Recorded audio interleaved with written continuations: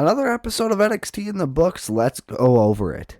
I'll recap all the major things that happened on the show, and at the end, I'll give a preview of NXT Vengeance Day 2026. The show kicked off with the brand new North American champion, Miles Borne, and he cut a pretty great promo before being interrupted by Ethan Page, creating an impromptu North American championship match.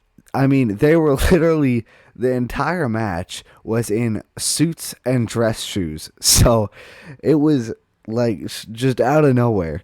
Ethan Page, of course, tried to use shenanigans, didn't work. Miles Borne did use shenanigans, though, and it worked, and he ended up retaining the North American Championship. This was definitely the right decision. There would be no point in having Ethan lose it if he was just going to win it back the next week. That wouldn't really make any sense. I'm excited to see what Miles Borne does, especially since he is this new, like, unhinged, unleashed type character. Next, we had a women's speed tournament qualifier thingy-majiggy between Nikita Lyons and Wren Sinclair.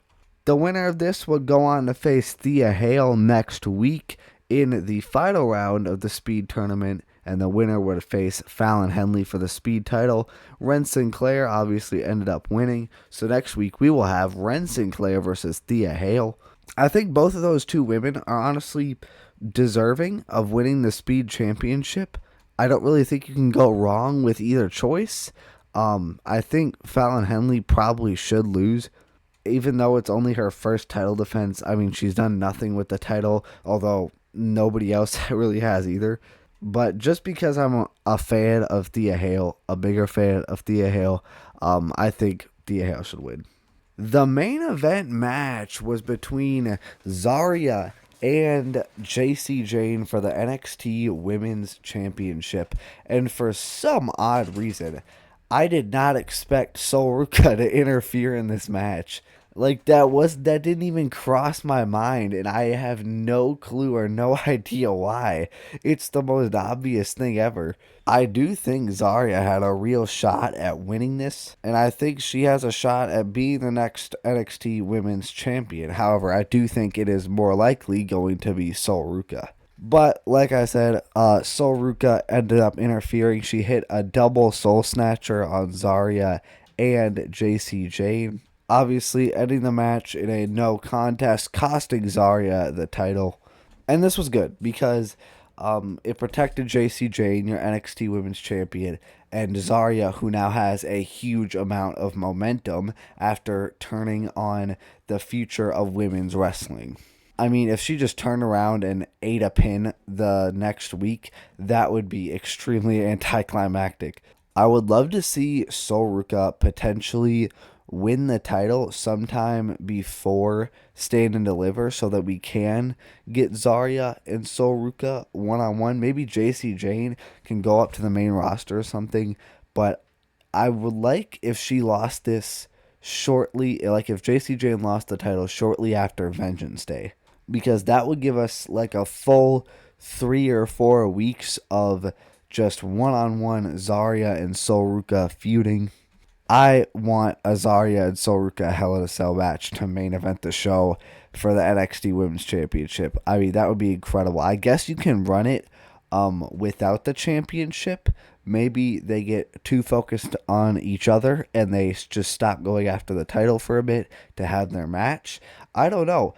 All I know is I want Zaria versus Soruka, and I would love if it was in Hell in a Cell.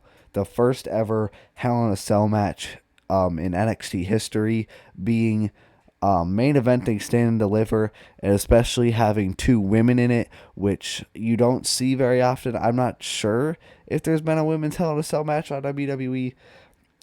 There probably has, but especially since you don't traditionally see that, I think that would be really awesome. And especially a pretty big moment for women's wrestling in general. Next, the main event was an absolute experience with Ricky Saints, where he basically copied Joe Hendry's thing, where he comes out, plays the guitar, and sings. And the interesting thing was, there was this like ring crew person, quote unquote ring crew person, that was like handing him a mic, handing him a new guitar and stuff like that, just helping picking up after him and stuff. And I noticed he had a ski mask on, and I was like, wait a minute, wait a minute, wait.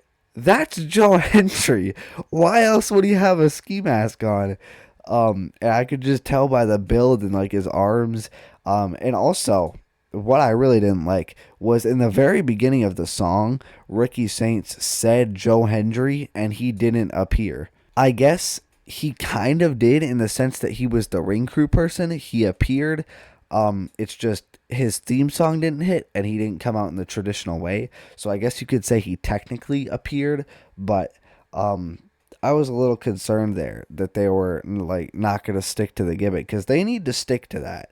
You can't just randomly not have Joe Hendry appear when you don't want him to.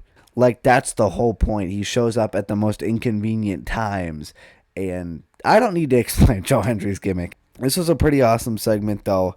I found it pretty funny. When Joe Hendry finally did take the mask off and start attacking Ricky Saints, the Vanity Project came out to try and help Ricky Saints.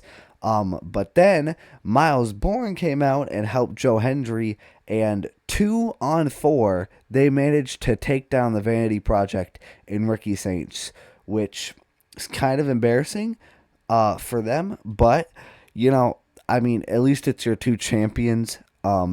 This and the show ended with them two holding their titles high. And I think this is overall a good segment, and I'm very excited for Joe Hendry versus Ricky Saints at Vengeance Day. Speaking of Vengeance Day, let's talk about it. I will also give you my predictions for who I think is going to win every match. Joe Hendry versus Ricky Saints. Probably the main event of the show. Although this match card is kind of stacked. It's shaping up to actually be a pretty good PLE. I think Joe Hendry should definitely win here. Just won the title. Ricky Saints doesn't need it. Joe Hendry, I mean, he's an internet sensation. Everything you want in a superstar. I don't really need to say much. I think it's obvious why Joe Hendry should win here. I mean, Ricky Saints could go up to the main roster at any moment. I guess Joe Hendry could too, but Ricky Saints is more main roster ready. Where am I going with this? Joe Hendry should win. That's the bottom line. Next, we have a match between the Women's North American Champion Izzy Dame and Tatum Paxley. I believe this is for the title. I think Izzy Dame probably should win here. I don't know. I'm not as smart. I don't have as much knowledge about NXT as I do the main roster just yet. I feel like you could have Tatum Paxley win here too, honestly.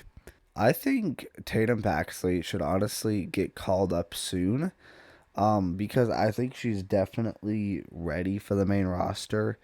That's just a random thought though, but after this match, end this feud. Don't continue it longer than it needs to be. It's been going on for a good amount of time. No need to stretch this out longer. I think Izzy Dame will end up retaining here, though. Next, we have a street fight between Jada Parker and Blake Monroe. I don't know if Jada Parker's neck injury was a work or what. Because it sure as shit looked real. I think Jada Parker should win here. Straight up. I don't think you need to overthink this, really. It's one of her first matches back. I think this would give Jada Parker a lot of momentum, beating someone like Blake Monroe, who's an established superstar in AEW and now is a main eventer in NXT. It's not like it's going to really hurt Blake Monroe. I mean, she could still get called up and be a main eventer this Friday on SmackDown, and I don't think anybody would blink an eye. So, yeah, I think Jada Parker should definitely win here. And maybe with said surge of momentum, she could maybe defeat JC Jane at Stay and Deliver for the Women's NXT Championship. I don't think that would be bad. Next, we have an underground match between Lola Vice and Kalani Jordan. This is actually going to be really interesting because I've never actually watched a real underground match. I've played them in 2K, but I haven't actually seen one. So this is going to be pretty entertaining. I'm honestly not sure who should win here. I don't know what they're doing with Kalani Jordan really. Lola Vice has stuff going in AAA, but I'm pretty sure, like, before this, Kalani Jordan wasn't doing much of anything. I really don't know what the plan is for her. So, kind of just because of that, I think Lola Vice will win. I'm really not sure though, but I'm just excited to see a great underground match. And the last match, we have Tony D'Angelo versus Dion Lennox. Tony D'Angelo needs to win this 100%. He can't come back and just lose after saying he came back. He said he was going to take out Dark State, and he needs to do that. If they want him to actually be scary and dominant, he needs to say he's going to do it and then do it and execute. So I think Tony D'Angelo needs to win this. Dion Lennox, I mean, he'll be fine. He's doing pretty good in NXT.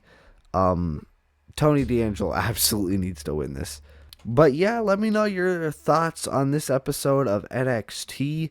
Let me know if you want to still see these NXT Nutshell videos. Thank you so much for watching. Like and subscribe if you want. Check out another video on the screen if you want. Like and subscribe if you'd like. And